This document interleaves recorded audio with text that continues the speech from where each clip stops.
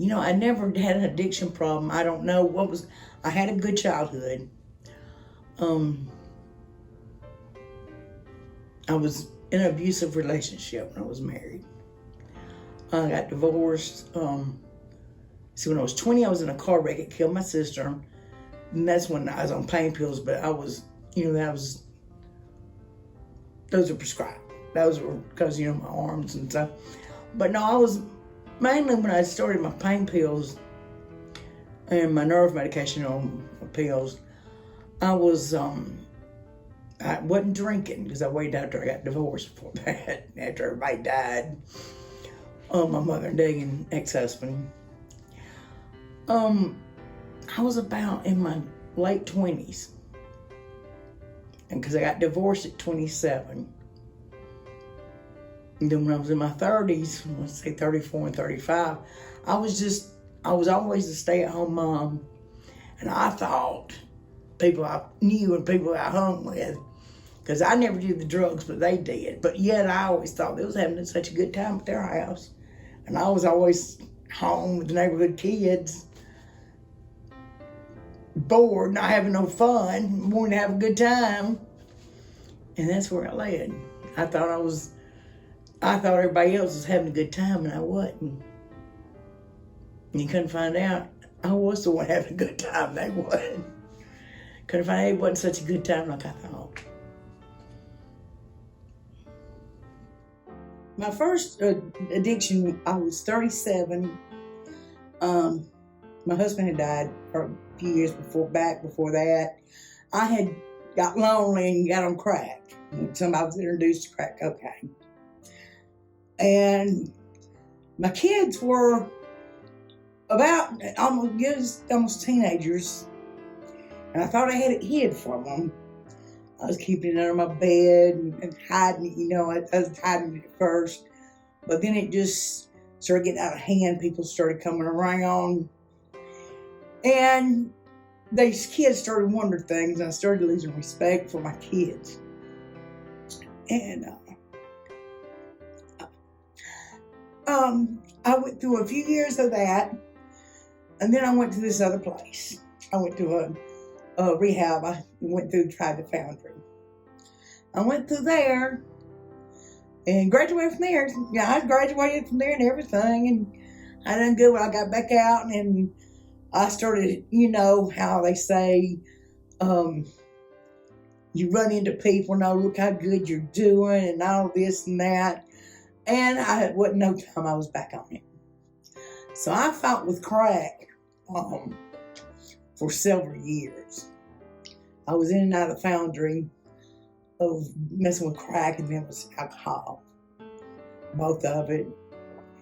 And I fought that, but I've been off the crack now. I hadn't done crack, and since about 4 or 5 years, 4 years I hadn't done crack, I started doing alcohol. I started drinking alcohol to where I would be sick in the morning. At first it was all right, I could handle it. I thought, go to work, come home and drink. But then it got to where I had to have a drink in the morning times. And I used to never drink in the mornings. That's one thing I said I'd never do. But it got to where I didn't think I could even cook unless I was drunk, unless I was drinking. I couldn't even cook nothing. And then when I started drinking, it got so bad. After a while, it got so bad where I didn't want to cook. I just wanted to drink. And then I would get to the point where I'd just be so sick. At one time, I had gotten so drunk that I just don't even remember this. But a friend of mine I was in her trailer, and I was so drunk where I had been drinking whiskey, gin, and all of it, and chasing it with beer and drinking that too. And I drank so much to where I fell out in her floor dead. And she had called the paramedics and ambulances, and they said they coded me 3 times. And they said I was already aspirating. They said I was already started to aspirate when I come to. And they got me to the hospital. Then after that, I started, not too long after that, I started drinking again. Didn't learn. And I just drank and just thought I had to have a drink every day to feel better. I'd be sick until I did drink. But I'd go to work for a while. I wouldn't drink on the job, but I'd go to work, come home, and drink until I'd pass out, go to bed, and drink.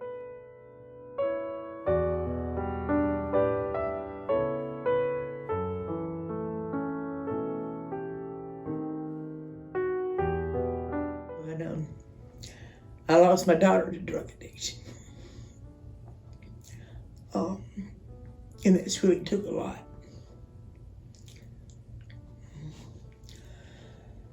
Oh, it's some of my help. It's costing me a lot. It's costing me everything I've owned, it's been took from me. My daughter's the worst, it's took the respect of my kids, my family. And you know what? For the family I got left, it took my life, just about. Took everything I owned. I have nothing,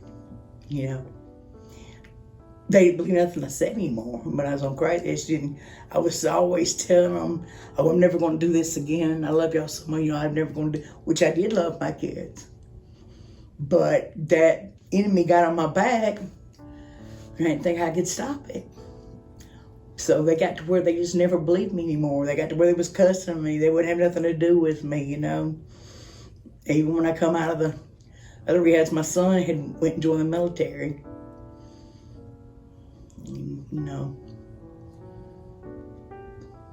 Just didn't believe nothing I said.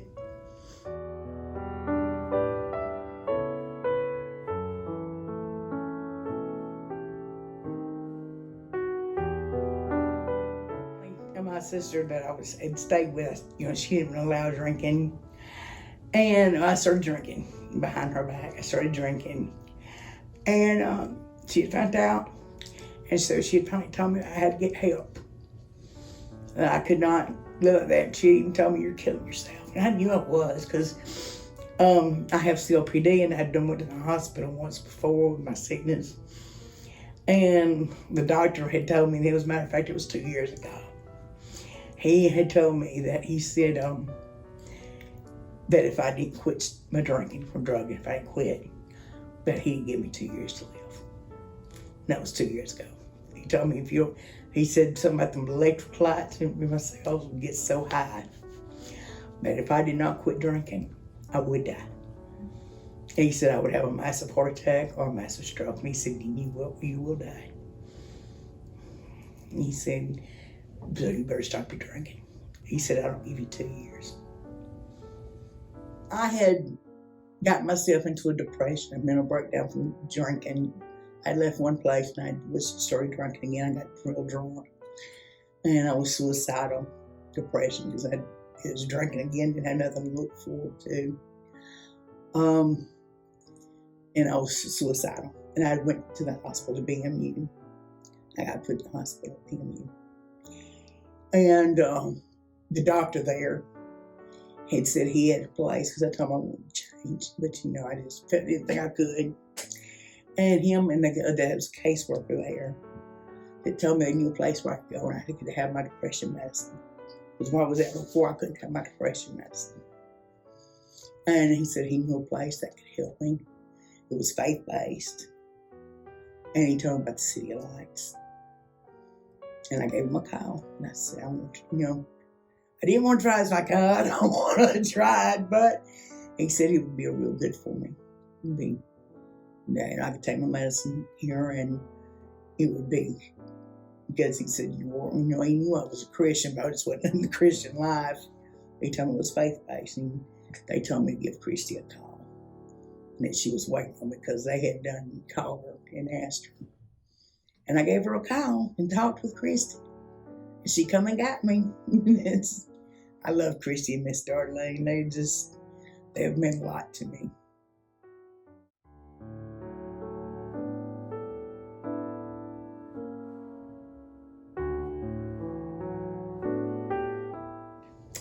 I'm learning how to budget. We got a new teacher, a budgeting class, and her name's Tammy. She's also my tutor. That's something else I've been learning. She's been helping me. I've been learning in my workbook and stuff. But she's also got some budgeting class, and I love that class. I'm learning how to budget. I gotta learn how to do that, budgeting. I'm learning how to budget. And she teaches me on my workbooks. I've been learning a lot through her. And me and Miss Tammy, we're close to age. So I can say me and her has gotten real close. And I love her. I've learned how to move stuff. Hadn't learned how to drive a trailer yet. I don't know how to do that. I drive the van, learned how to move stuff. I got more muscles in me than I thought. I learned how to go to the gym.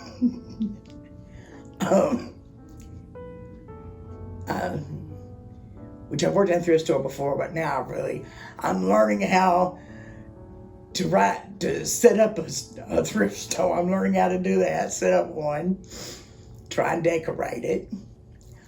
I learned a lot of things.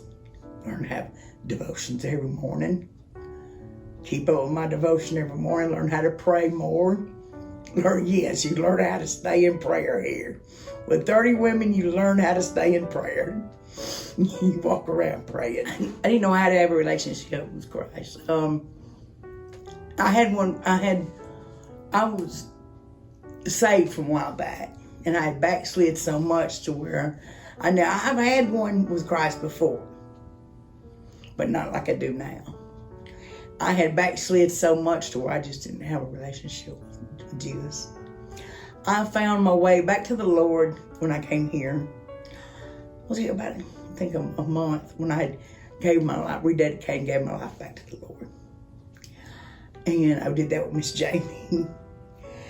But then going through the program, going through the classes, I have gotten, like I said, close to the Lord now. Now I've got a relationship with God. I've got my joy back. I not look like it sometimes, but I do have my joy back. I have peace about all this going on. I have peace. It's just unbelievable because what I've been through these last 3 weeks, I wouldn't think I'd have that peace. But I do have peace about everything. I've learned joy and love, how to love. You learn how to love here. God works on that. I prayed for love. Fill my heart with love and joy, Lord. Give me peace. I've got the peace, which I had a lot of praying. I still pray that. Fill my heart with love and joy. And my favorite saying every day, every morning, is this is the day the Lord has made. I will choose to rejoice and be glad in this day. I say it with the girls sometimes. I got them saying it sometimes.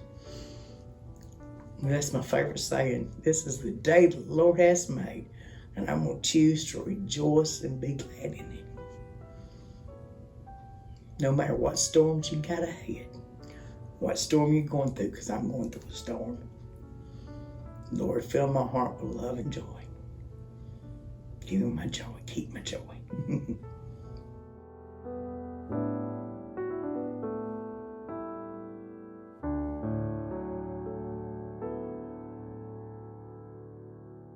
I didn't want to be here. I just, your nerves are shot and you just didn't want to be here. But God has really opened my eyes. And like I said, no other place, no way it was a God thing. No other place ever done it. But the Seeing Lights really changed my life. It was about 4 months ago, or 5 months ago, maybe 4 months ago, I finally decided that I was going to pray. I started praying, and God showed me I was supposed to be here. And I started praying that God would open the doors for me to stay here. Because about 4 months ago, I decided I wanted to stay. I wanted to intern. And because he's opened my heart. He gave me joy in my heart. He gave me joy for Seeing Lights. I love Seeing Lights. He has really helped me, and it's really just my part of my life. Seeing Lights it's changed me completely. City Lights has really changed me completely. And to where it's my life, my lifestyle. City Lights is my life. I love it here. They stood beside me.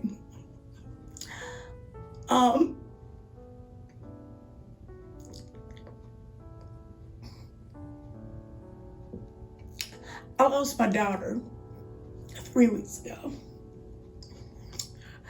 We buried her last Thursday. And if it wasn't for being here, I would probably be drunk somewhere. City Lights changed. They prayed with me. Prayed for me. They stuck beside me through this. And I can't thank them no more. It's just a God thing. I'm taking it better than what the City Lights is just really, it's my life. City Lights my whole life. I love it here. And I'm going to be staying. But I lost my daughter to drug addiction. And if, like I was saying earlier, if it wasn't for the City Lights, I would be dead. If I was out there still in the real world living, especially going through this with my daughter dying, I'd be drunk. I'd done killed myself. I would be dead if it wasn't for the City Lights. And I was out there in the real world, I didn't have a doctor to tell me. I didn't have to worry about killing when I was in my depression. I didn't have to worry about killing myself. Because if I kept drinking the way I did, I wouldn't have 2 years to live. And it's been 2 years ago that he told me that.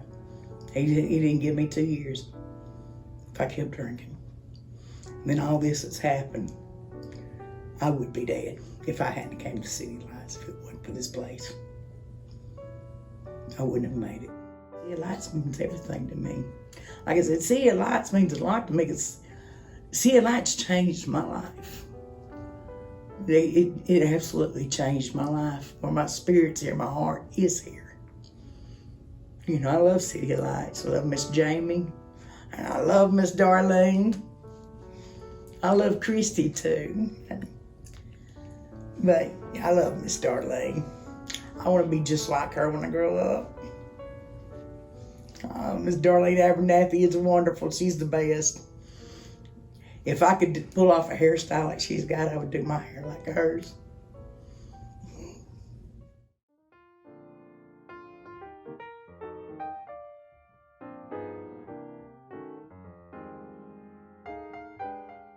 Good structure, staying sober, learning how to have fun being sober, going to work and not have to worry about a drink. Yeah. So it's been fun. It's gonna be fun. Because you're learning, it's taking day by day and learning how to enjoy life being sober. And just enjoy my Mountain Dews and Diet Cokes. It's wonderful. It's gonna be great. I'm gonna start working here. Staying on and working here in this thrift store in the Summerton. And it's just, I'm taking day by day. I'm gonna save my money, get me a car. Yeah, I hadn't had one of them in a while. And it's looking very great. Last year, if you told me I was bored, I said, no, I'm not. But yeah, now it's looking great. Got a place, I'm staying intern and be with the girls. Spend time with them the weekends.